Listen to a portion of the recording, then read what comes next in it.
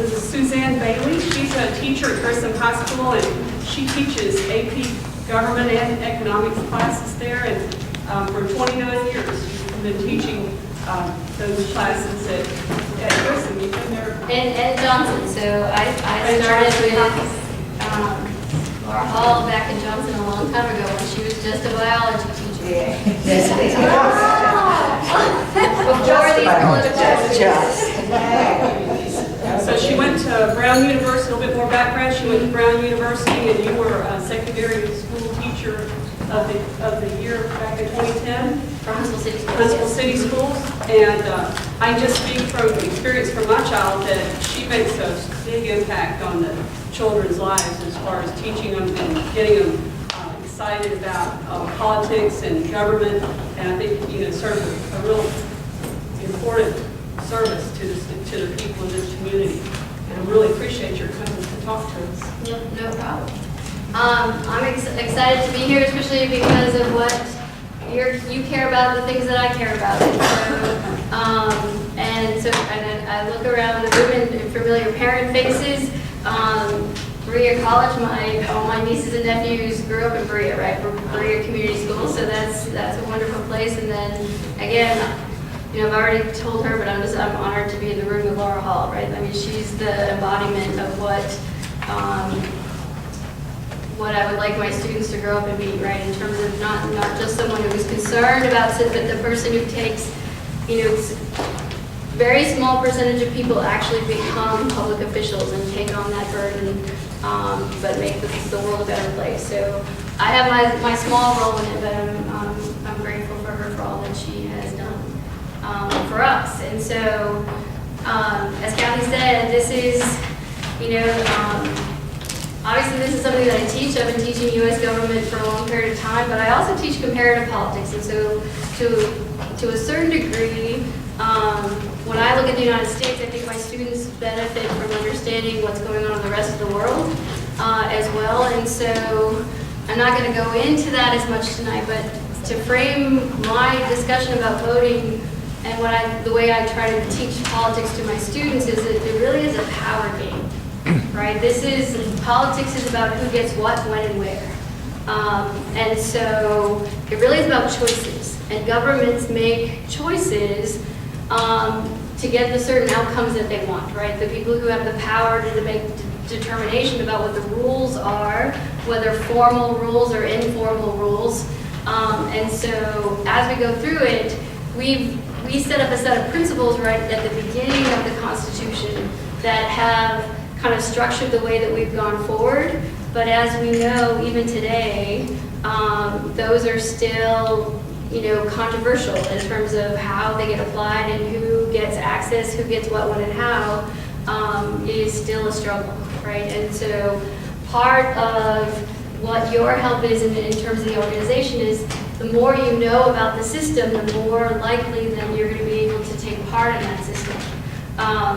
So the word that I emphasize, the first vocabulary word that I teach my students on that first day is a word called political efficacy. And that's that you understand how the system works and that you know how to take part in it, right? That you know that you can make a difference. As a political scientist, I measure political efficacy by asking people, does your vote count, right?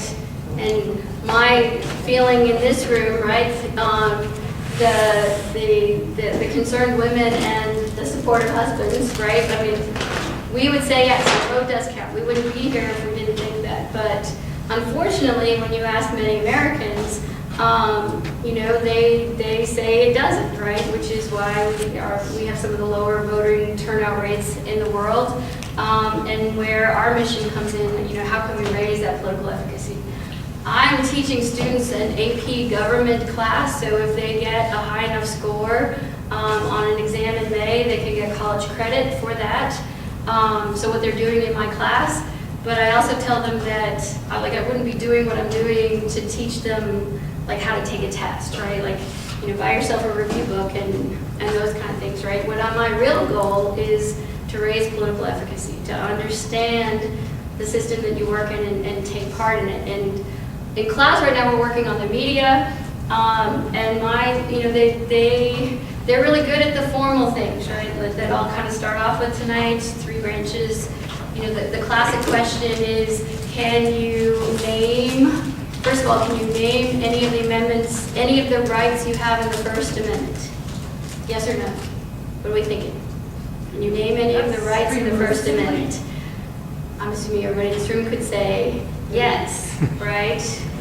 The sad part is, in the Annenberg survey, which is always given right around Election Day, 25% of Americans can't name any of the rights in the First Amendment. And if they name any of them, right, about 48% can name which one. Like when the First Amendment, most people know that in there is speech, right? Guess what percentage know that petition is in there? 2. It's 2%, right? Like, so it's one of those things where, now I would argue it's one of the, in the end, can you be an effective citizen if you don't actually remember kind of the rules of the game, so to speak? You might not know the word petition, but you certainly know that you could join a group like this to mobilize and do things. But it is that characteristic, right? Is that there's do you know the rules of the game, but also do you kind of pay attention? I asked them some current event questions today, and most of them, I talk about, did you, Jeff Flake's speech, did you see the speech, did you read the speech? In my world, that was an amazing thing, and so, the way I was showing media was kind of, how different networks and newspapers played that speech, right? Sean Hannity had a much different play on the speech than PBS NewsHour, right? It was one of those where I was trying to give like a different, I guess Rachel Maddow did, right? Like, so I had little clips about it, but the idea is, where do you actually learn from it? And what did the Wall Street Journal say? Because I get that every day. What was it showing on TV? And in the end, right, you could just have followed him on Twitter and read the speech to, and then we did fake news. So it was a very exciting day in class, but, what they were interested in is that they hadn't seen Donald Trump's real news feed. I don't know if you have. I'm someone who, my job, right, is to teach them that intelligent people disagree. And so they need to be informed about both sides so they can make the decision that they want. And so they had never seen, right? Donald Trump has his own news channel.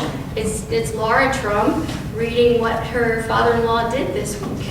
And it right on there is like, this is the real news, so that you don't have to depend on fake news, we'll tell you the real news.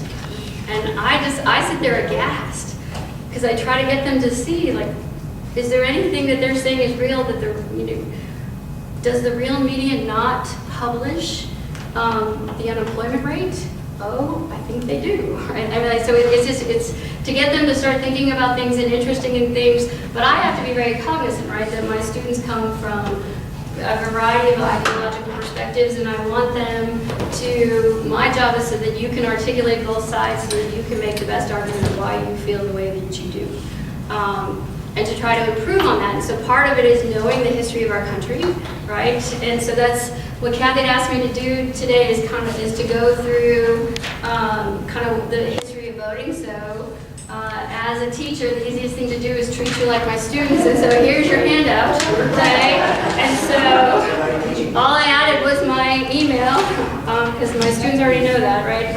And so what the last column is designed to do is, what I want them thinking about is does it expand or restrict voting rights, right? Is this something done at the national level or the state level?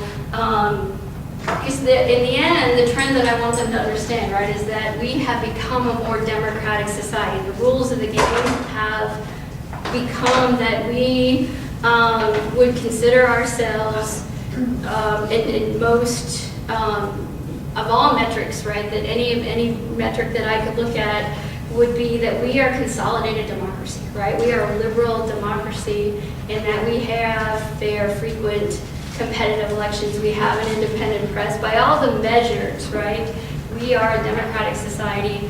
But we weren't that way when we started. Samuel Huntington has what's called the 3 waves of democracy. We actually didn't really become, I would say, a liberal democracy until the 19th Amendment, right? When you disfranchise half the population, then you can't be a consolidated democracy. And so some of the things to think about, skip the next one, go, I was going to do something in it, is it? Okay, so this is kind of, so that's where the comparativeness in me, I'm always interested, right? How do we stack up to the rest of the world? So this, I don't know if you've ever read or looked at Freedom House. And so Freedom House, they published a Freedom in the World report. They started in 1999, and so it's actually fairly interesting, right, on a country like Russia or Nigeria to watch how it's changed. That's in my comparative class. I teach Great Britain, Russia, China, Mexico, Nigeria, and Iran. So those are the ones I'm most familiar with. But in the United States, right, we are a free country. The Freedom House rates countries based on 2 things. So civil liberties would be what is in the Bill of Rights, right? So freedom of speech, due process rights, those are your civil liberties. Political rights have to be given to you by a government. So that's the right to vote and the right to run for office. We are a 1-1, we were a 1-1, and we're in good shape.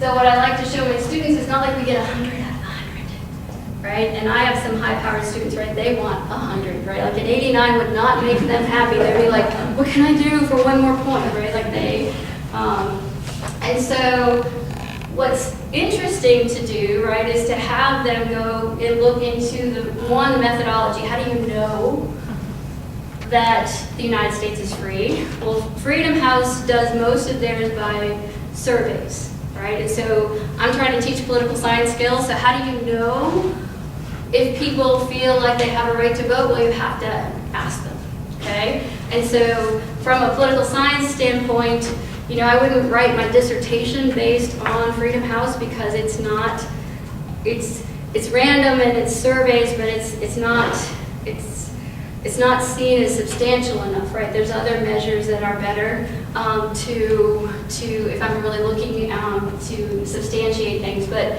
for my students, what's fascinating, right, is that it actually lists the questions that they ask in the survey. So I always want them to, part of it when you're trying to talk about what's a democracy and try to get them to think about how do you know, and then actually look at these questions and how people responded it's a good project to go through. And in particular, if you were thinking, just because the Chinese Communist Party once every 5-year Congress, right, that happened last week. If you look at, obviously, Russia and China, they're both not free. Which one would you think is more authoritarian? In terms of, on a scale of 1 to 7, right? Would you think that China would have the same numerical numbers as Russia? Or would they be different? Like, which one would be more democratic? They're both not free, right? But are they 7-7? Are they 6-6? China more free? China more free? Yeah. In what way? Like, what would make you think it would be more free? Like in general? Well, it's mostly the homosexual laws that I'm aware of. Okay. And laws like that, like the kind of. So like Putin's. Now China, and that's the thing, is China may have those as well, and I don't know. So it's a lot. I don't think it's as systematic, but it's certainly not as open as we are, or as protected, right? It's not. Considering Russia one country, that whole thing still Russia, or are you talking about? Well, no, that's Russia, right? Because Latvia, Lithuania, Estonia, like, so it's not this particular thing isn't showing up as well, but right. But in terms of, I'm just talking Russia by itself would have its own rating. I was going to say, because China has now developed a middle class, that because of that, I would consider them more democratic, because whether or not the Chinese government wants it, they are developing a middle class. Okay, so what's interesting, right, is that in terms of a middle class is an economic factor, right? And they are developing a middle class, but if I were to look at GDP per capita, right, Russia's is much higher than China's, right? Russia's middle class is much larger than, China still has people in very rural conditions without running water kind of thing, and though Russia does as well. What's interesting, right, is that these are kinds of things for kids to think about, right? Like you have this perception, but how do I know as a social scientist I have to go and look? If I were just to think about voting, right, as to whether you are more free or not, or more democratic or not, China, right, the only thing that you can vote for in China are local elections. And local village elections, right? So if you live in a town, if you live in a city, you don't get to vote. Except, right, but there's 700,000 villages in China, right? So more people are voting in China than in the United States because they just have that billion more people than we do, right? But they don't get to pick the president of China. And he, in essence, just is enshrined himself in the same part of the party constitution as Mao, right? Like, I'm aghast, right, that, the current president of China is equating his philosophy or his goals for China with Mao, right? And it's like kind of the opposite, right? Like, we're pulling away from the world, and he has just said he wants to build a military and put China back as the world power, right? So it's like, I guess he just got re-elected. Well, A small group of people. I heard it on the radio this morning, and they were saying that he was equating dissidents with an infection or a virus. And that was to be gotten rid of. No, he's the top of a pyramid, right? And he basically has selected everybody below him for the next 5 years. So the trick is, 5 years from now, does he actually step down and go away? And they were saying that he didn't. And I don't anticipate that he will. Yeah, because they said they were worried that he didn't identify a successor. Right. Which is like, whoa. And that's usually an authoritarian problem, right? You don't want the person, you don't want a successor, so you don't name one. So it looks to be interesting. So on the other hand, Russia has elections at all the levels, right? And they're competitive in that there's more than one name on the ballot. But right, Vladimir Putin has changed the rules, right, to create a dominant party. So he gives the illusion of choice, but I'm here to tell you he's going to win the presidency again in 2018, unless something I don't anticipate that he's not going to win, right? So what's interesting is it's not, what makes it democratic isn't that you have the right to vote, right, or the people vote. It's whether it's actually fair and competitive, and what are the rules involved, right? So to take that in mind, if we do the next one, we made a decision, right, a couple hundred years ago about that we were going to be a republic. Do you recognize these quotes? Where do you find governments are instituted among men deriving their power, just powers from the consent of the government? That's the Declaration of Independence, right? It's John Locke. So we're very natural rights in our philosophy. Anybody? The second one's a little more esoteric in that it's my favorite Federalist paper. Do you have a favorite Federalist paper? Pick a number. 189. 42 is not my favorite, but you're close. You're close. 46, you're getting closer. 48. 50. 48. Getting 50, you're so close to be 51, right? So there's many people who argue that 10 is the most important. I'm a 51 person. 51 is if men were angels, no government would be necessary, right? So we talk about that people have rights. Why did you leave the state of nature? Why do people form governments? Well, they form them for protection, right? That's kind of the law. That's what our Declaration of Independence is based on. And so Madison trying to convince you that this is the document that you need to ratify. Like if men were angels, we wouldn't need a government, right? Because we wouldn't need protection.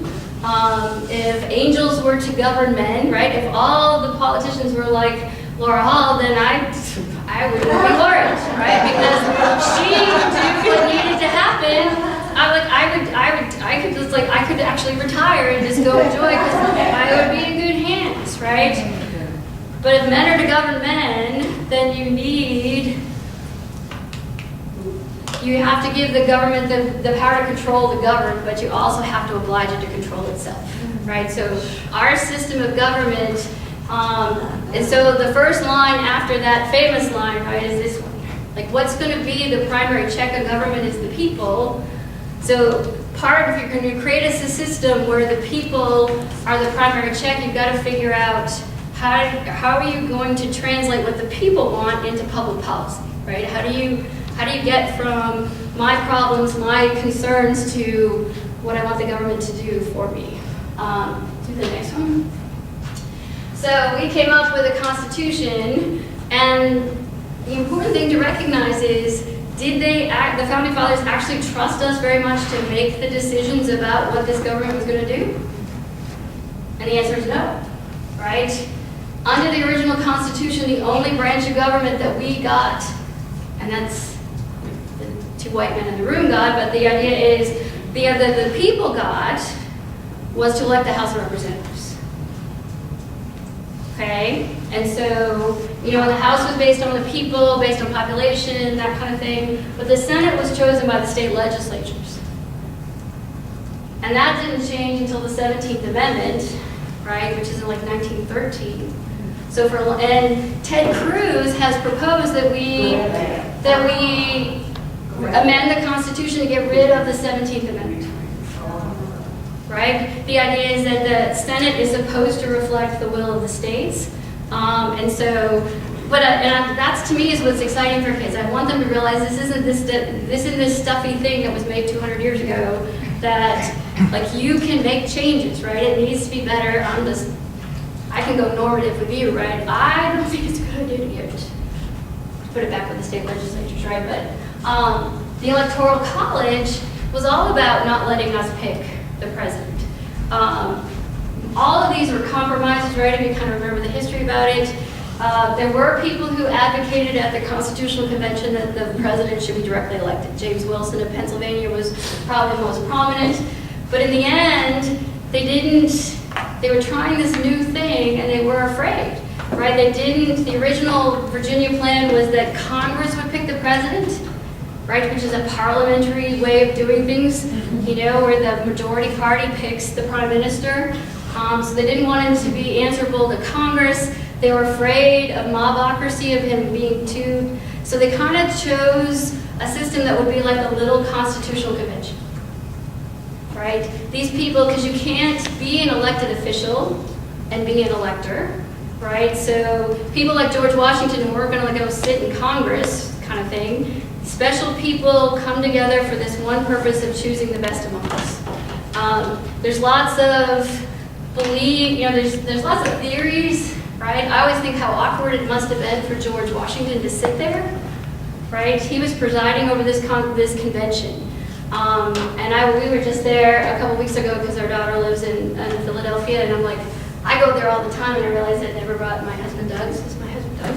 It's like, have you ever been in Independence Hall? And he's like, no. And I'm like, my children have been there, right? But it's good to bring him too.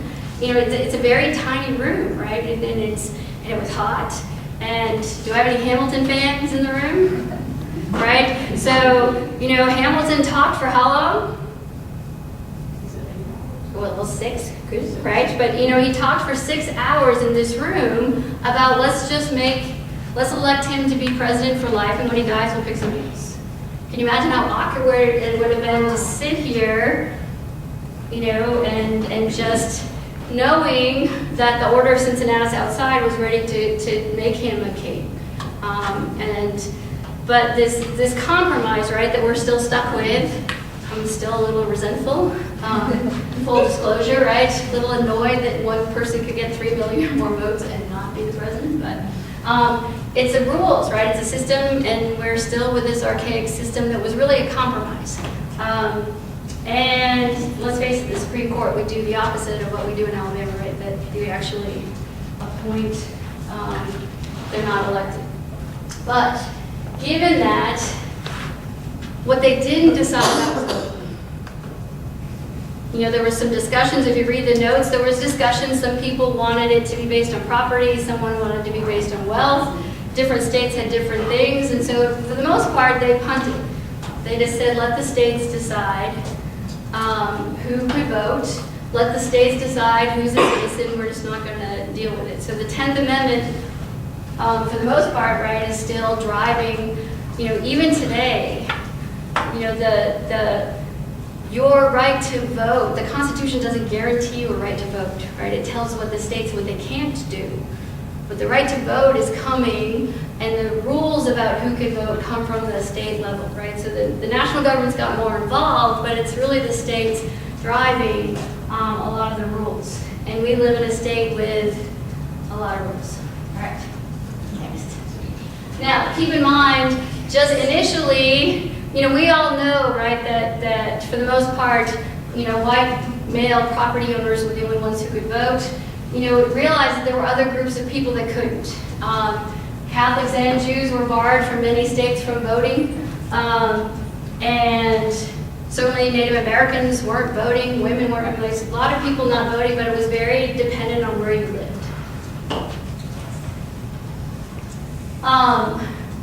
So that's, I always like to throw this in, right? Because I'm a big, let's reform the Alabama Constitution person. I was served as delegate to the mock Constitutional Convention.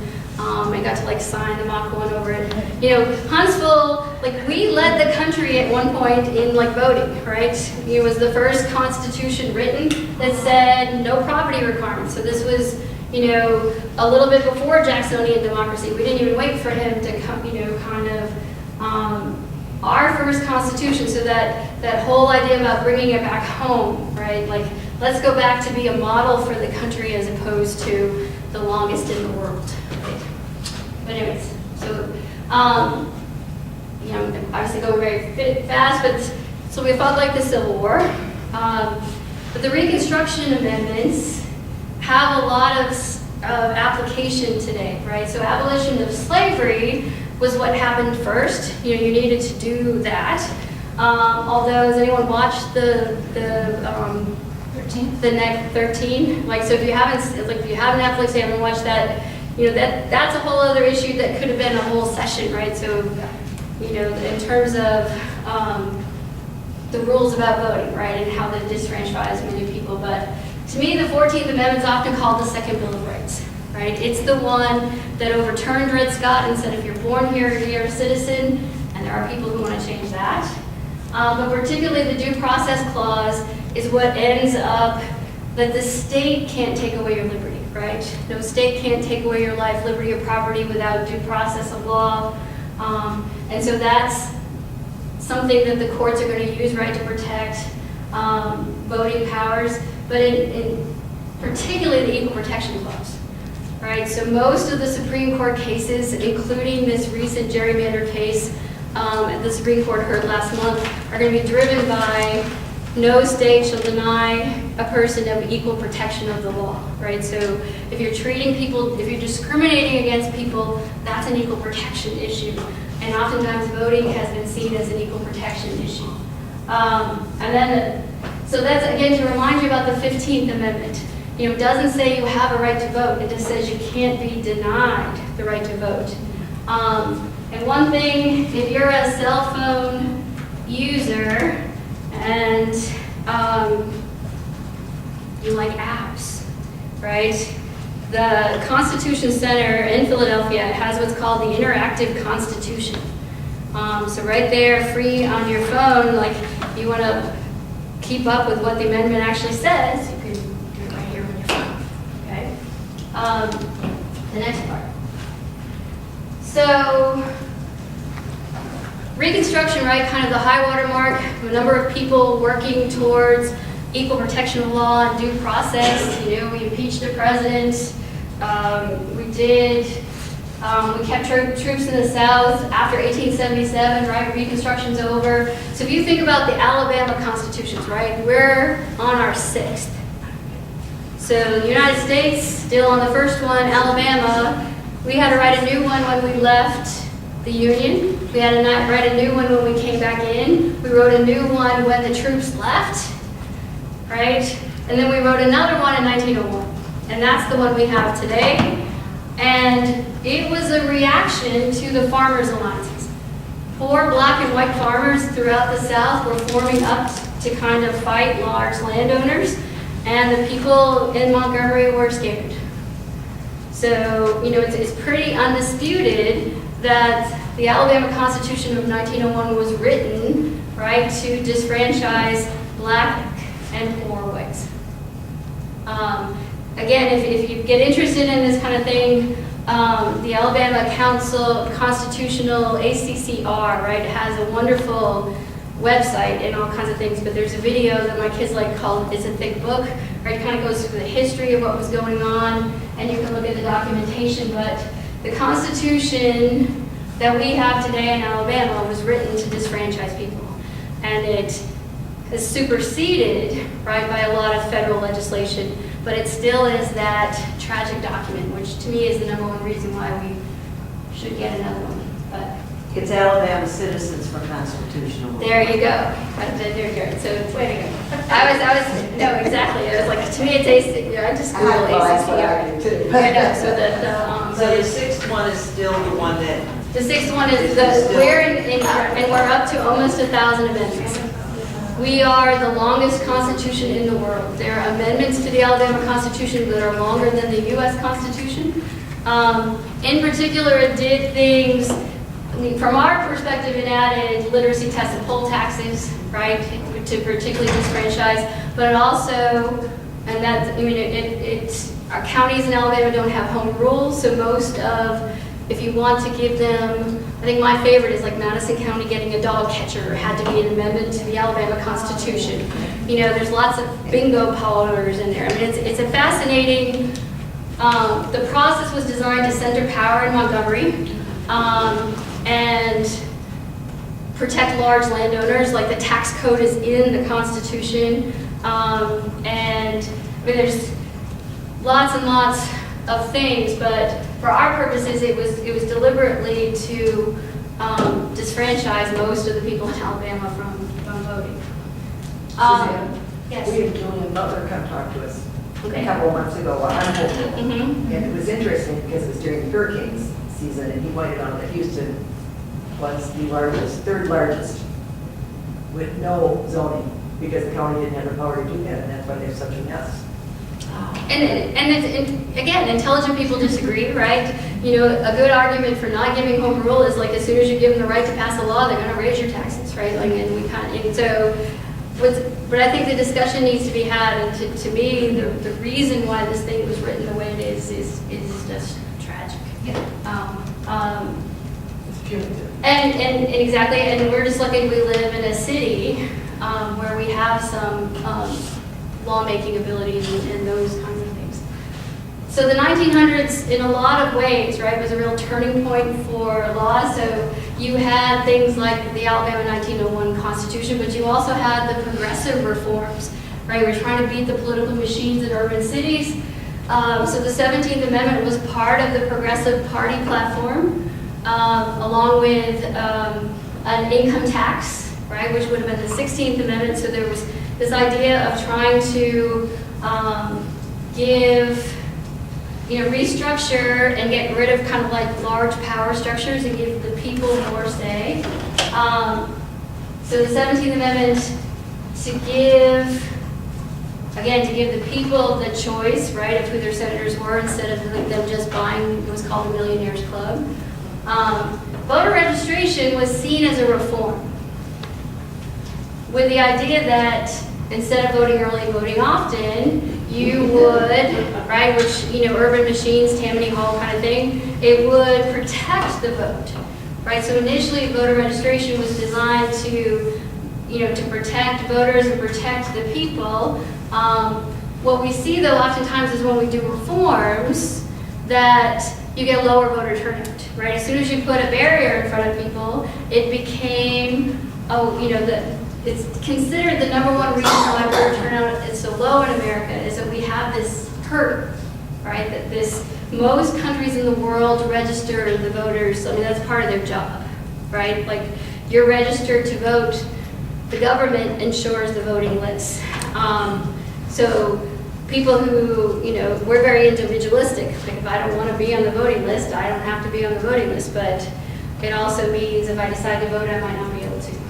So it was seen as a reform, and you could argue, again, you know, better or worse, but it was designed to protect the sanctity of the people. It wasn't done as a it was more to restrict political party bosses, right, than to keep people from voting. You know, it was to protect the vote. Obviously, the 19th Amendment, a long process, right, kind of deserving of books and movies on its own. But I like to throw in 1924, right? The people who were here first were not citizens, were not given the right to vote, and they were not granted citizenship until 1924. And so there were some tribes that were like, yeah, we didn't ask you to become a citizen. We kind of like this separate status.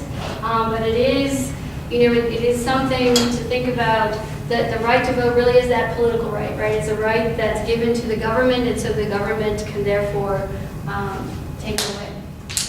Next. I was Yes. going to ask you, I was just looking at some historical information on women voters. They mentioned the Progressive Party, and I thought that was, I mean, I never, that went over my head when I was But in the League of Women Voters is a early 1900s. 1920, and it Right, was so- formed, they said as a, you know, sort of as part of this Progressive Party. Is it- Trying to take care of social issues. And because the big shift that happens in the early 1900s is the rising middle class looks to the government to kind of be a protection of their rights from the robber barons of the Gilded Age. So the Progressive Party had aligned itself with the Democratic Party and William Jennings Bryan as a, you know, the platforms had gone together. But what you see in the early 1900s is to a certain degree, the professionalization of interest groups, right? Like, you always had the abolitionists and women's groups, but, you know, the League of Women Voters, the NAACP, are both formed in that early 1900s, right? So it's where you started having professional teachers unions, right? Like, so it was the idea that it was an opportunity where people would use the government to better the rights of They were talking about child worker, not so you didn't have children working in factories. That was one of their big issues. right, and so exactly, so child labor laws were also a focus of it. Not to diminish all the things in between, but the 1960s also was a huge time of change.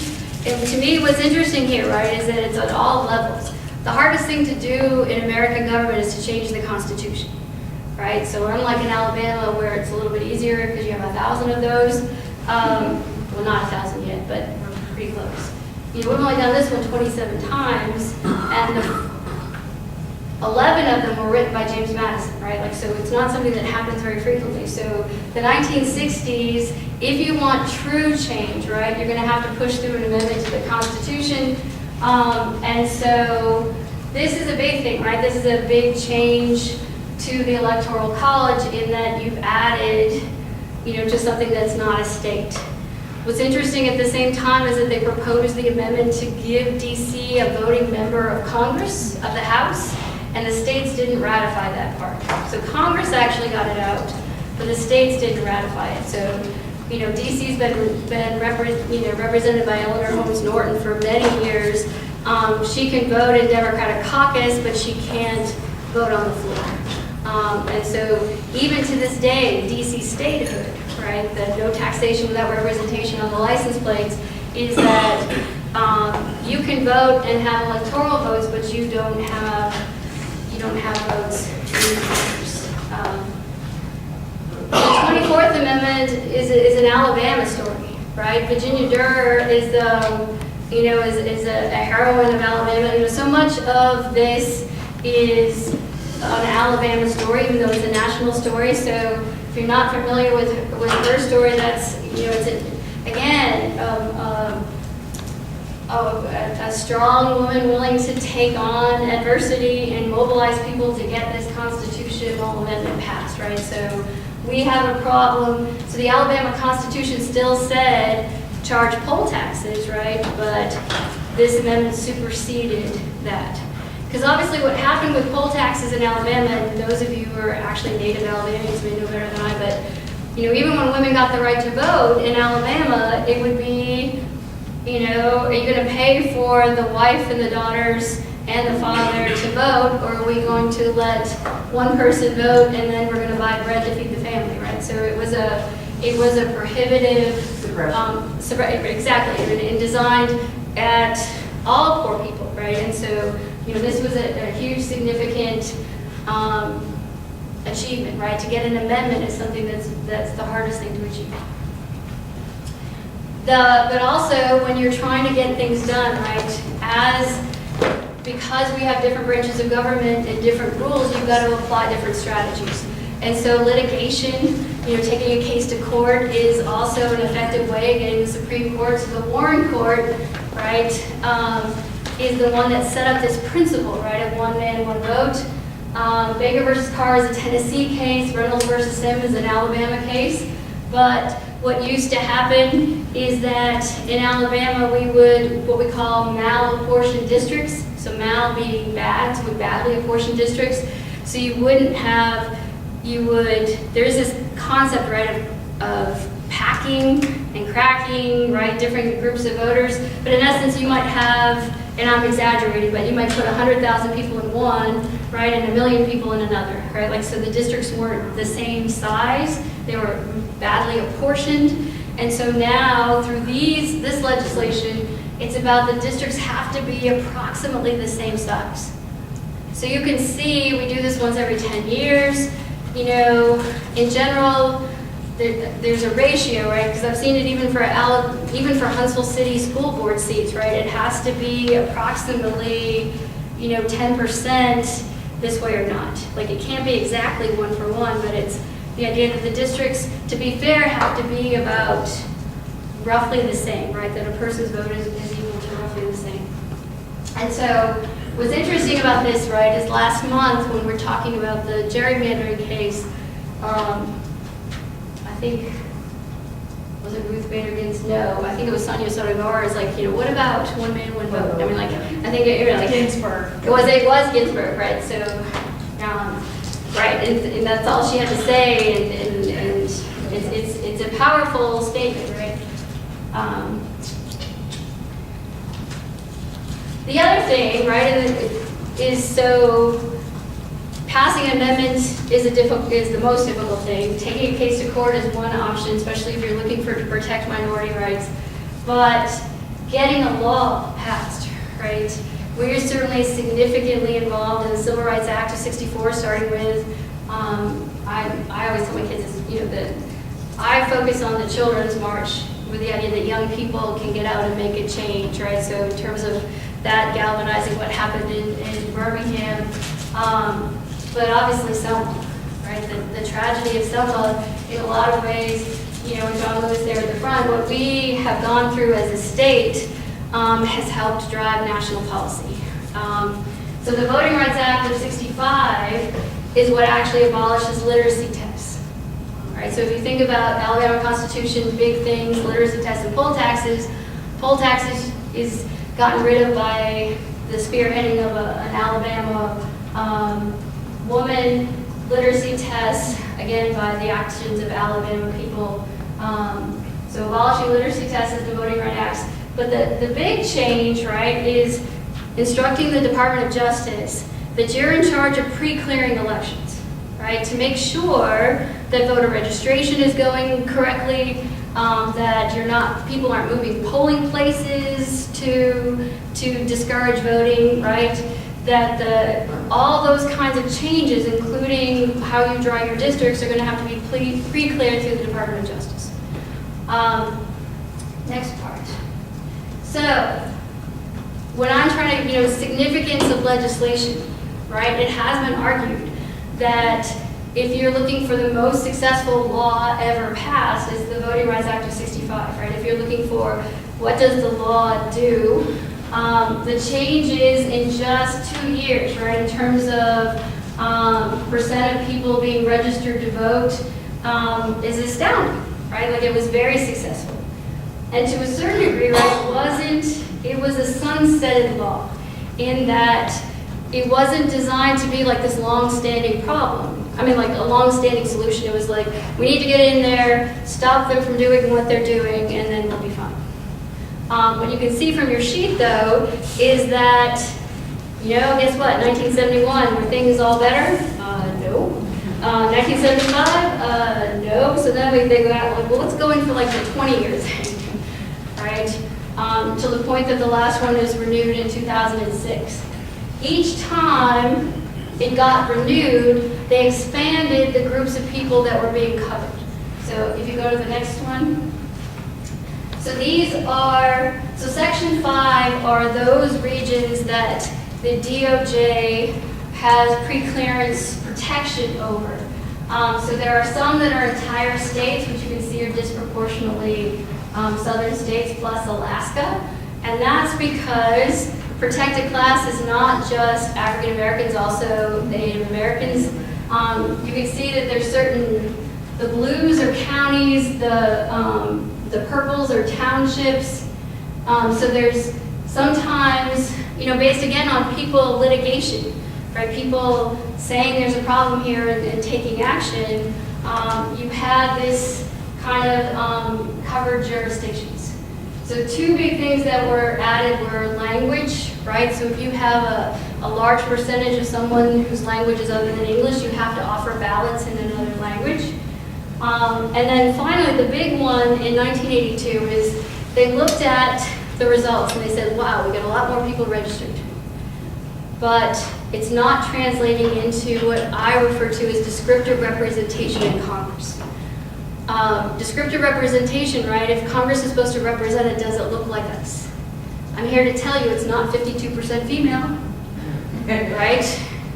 There's rules. If we wanted to fix that, we should change the rules, right? Mexico added proportional seats, and every 3rd seat has to be female, and guess what? A whole lot more women in the Mexican Chamber of Deputies than there are in the U.S. House of Representatives, right? The rules are set up to benefit the people already in power. And so when you look here, what they saw is, we've got more minority groups registering and voting, but it's not translating into minority representation in Congress. So when they renewed it in 82, the Department of Justice told the states, you know what, you're not doing enough. So what you need to do is you need to create a majority-minority district in your state. And that's where Laura might have more insight. When in Alabama, right, we're 70% white, 30% African American. So my understanding was, the decision was, right, like, if you have 7 members of Congress, how many should be African American seats if 30%, what's 30% of 7? Math genius. There's 2, at least 2. Right, so how many did we get? 1. All right, so if we go to the next slide. In Alabama, so this slide on the left is the 1980 census district, and then this is the 1990 district map, right? And so, can you tell which one's gerrymandered, right? Does everybody know what gerrymander is? Gerrymander, salamander, weird shape, right? I'm trying to teach vocabulary, so gerrymander, yeah. Which one's gerrymandered? The deep blue one. Right, so like the purple one, and that's which one? 1, 2, 3, 4, 5, 6, or 7?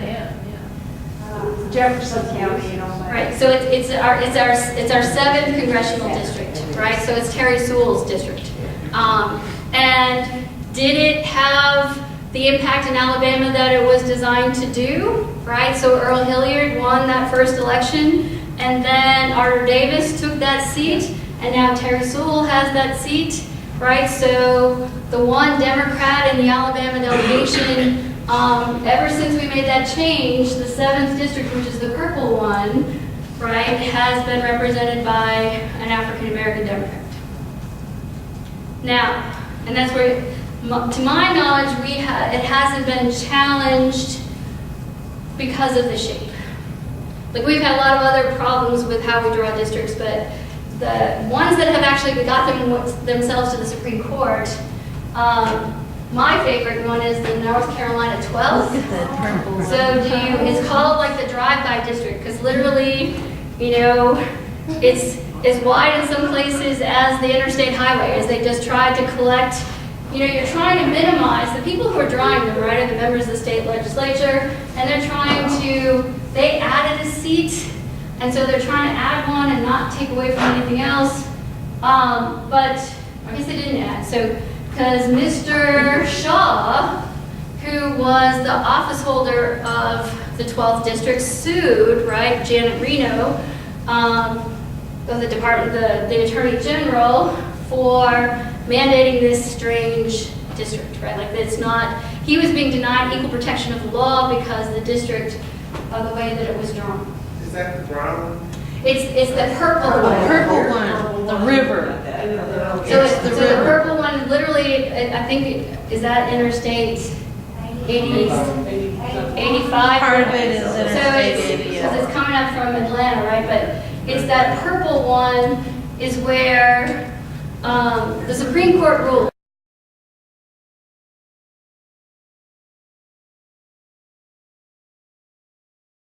Right, in Shaw versus Reno, that we have a test called the strict scrutiny test, right? If the government's going to do something, it has to have a compelling reason to do so. And for the most part, doing something based on race, right, is not a compelling reason to do it. Governments discriminate all the time, right? We don't let 2-year-olds drive, right? We don't make 55-year-old women go to school unless we pay me, right? And so in this case, redistricting on race must be held with the standard of strict scrutiny under the Equal Protection Clause, while bodies doing redistricting must be conscious of race to the extent that they ensure compliance with the Voting Rights Act. So to me, it's like that confluence of all of those things we've been talking about is they basically said you have the right of equal protection, but you can't draw it solely based on race. So then if you go flip back to the Alabama one, I always ask my students, well, if you can't draw it based on race, why do we have the 7th district? Urban versus. It's not so much urban, is it? That's Alabama's Democratic district. Right, up until, at this point, it is still constitutional to draw districts based on partisan differences. And so, if you look at, you know, we tend to, national elections 60%, Republican 40%. You know, the idea is that this is Alabama's Democratic district. So aren't we nice? Okay, we got one.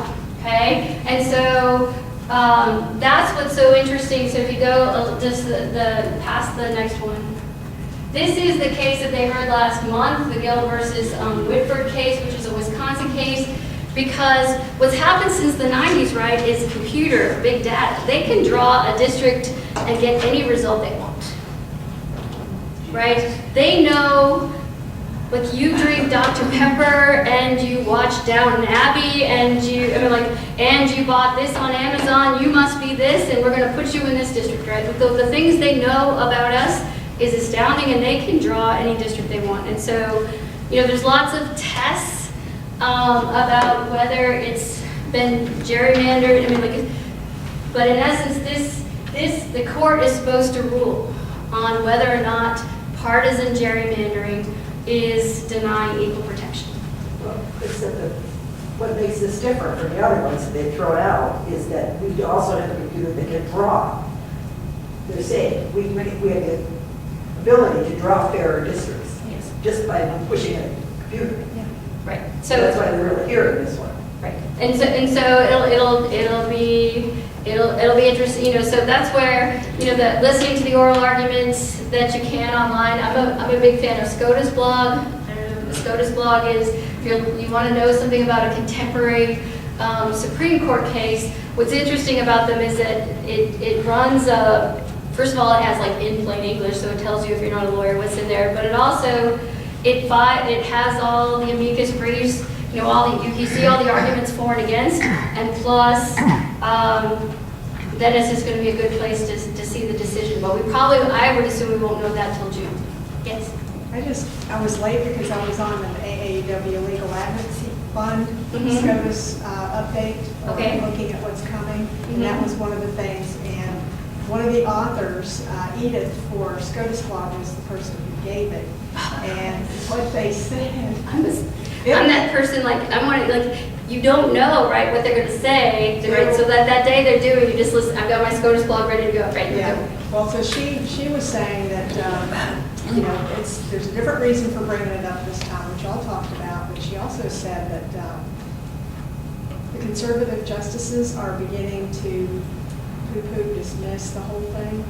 Like Roberts called it sociological gobbledygook. Alita maybe was the one who said that the algorithms are too new and nobody really understands them. The man on the street would never understand them. Trying to find a I reasonable don't balance. see how that fits, but Right. Edith thinks, SCOTUS blog thinks right now that is looking, unfortunately, like it's going to get crushed.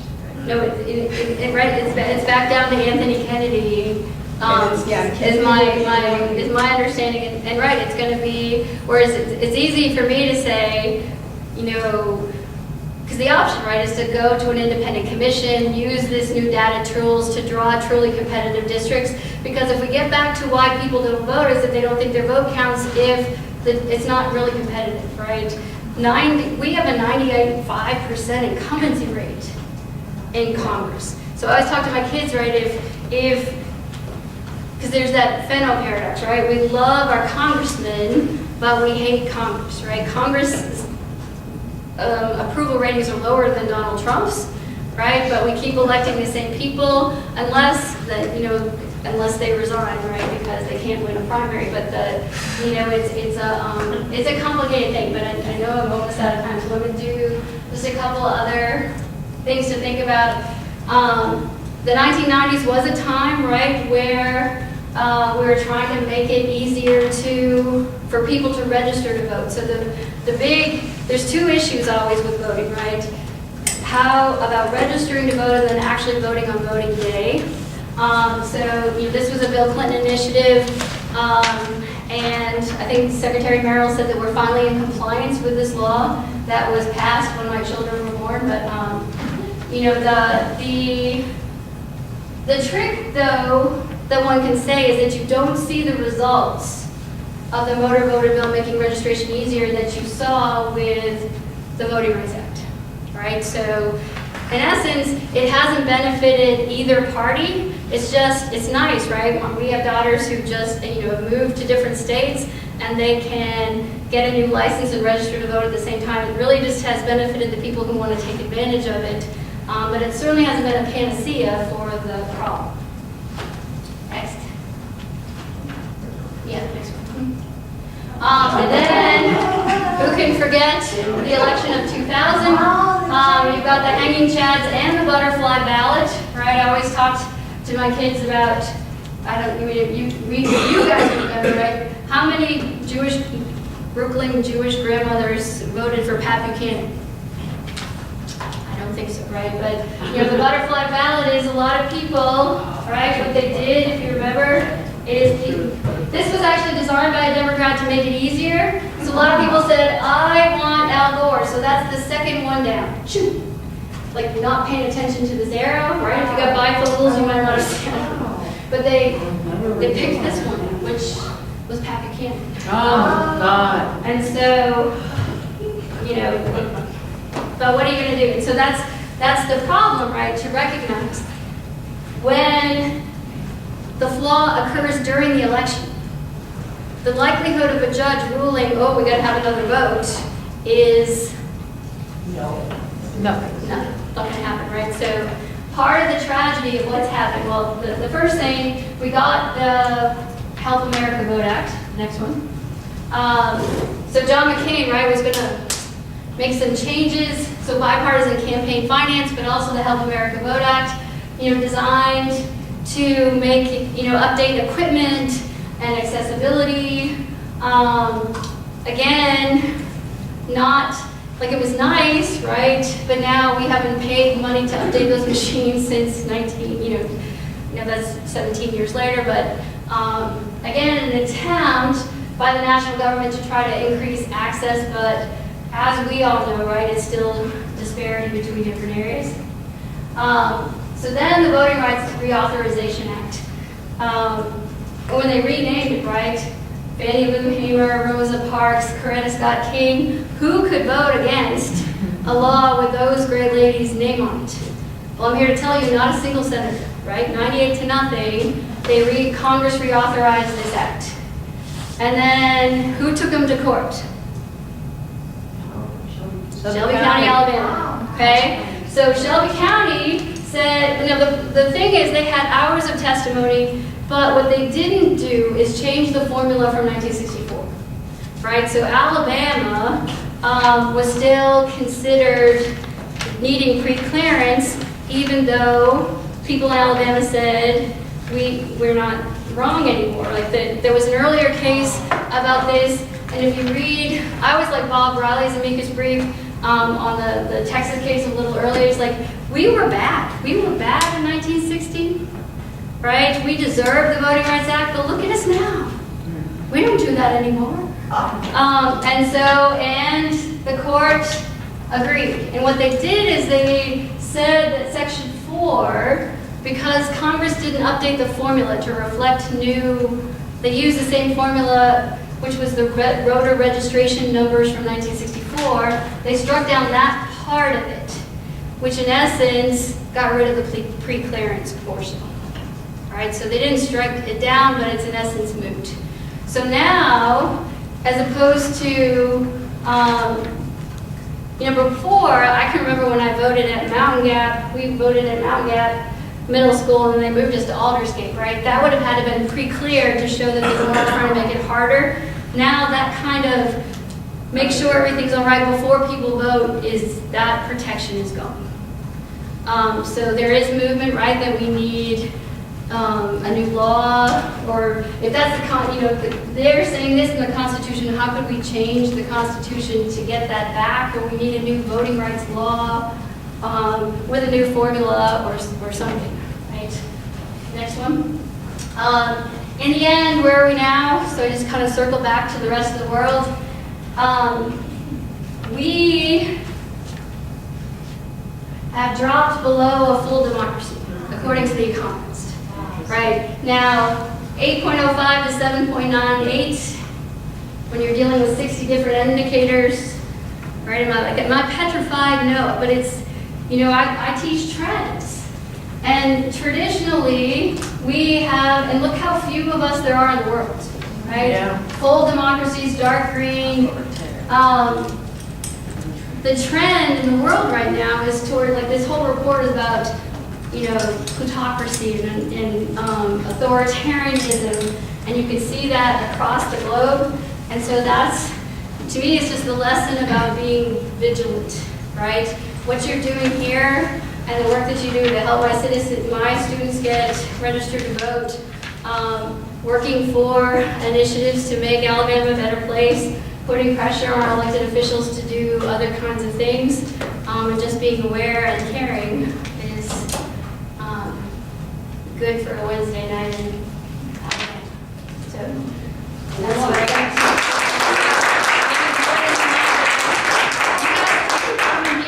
Any day, right? Nobody started with chess. Chess is the big thing, right?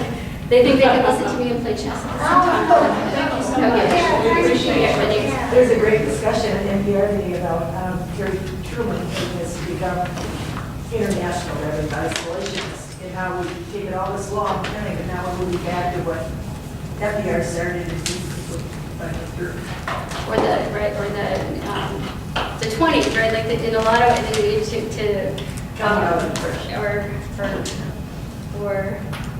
I see. But again, thank you. If there's Any question or thing, or want to come check out Grissom, just feel free anytime. So. And we're looking forward to some of the good voter registration there. Yes, we're having but I'll send you, once I have it's also, right, in terms of time, but also it's going to be, part of the reason I wanted to do it on the 9th is that we're doing our Veterans Day program. And if you've never been to our Veterans Day program, I think it's one of the most inspiring things that we do.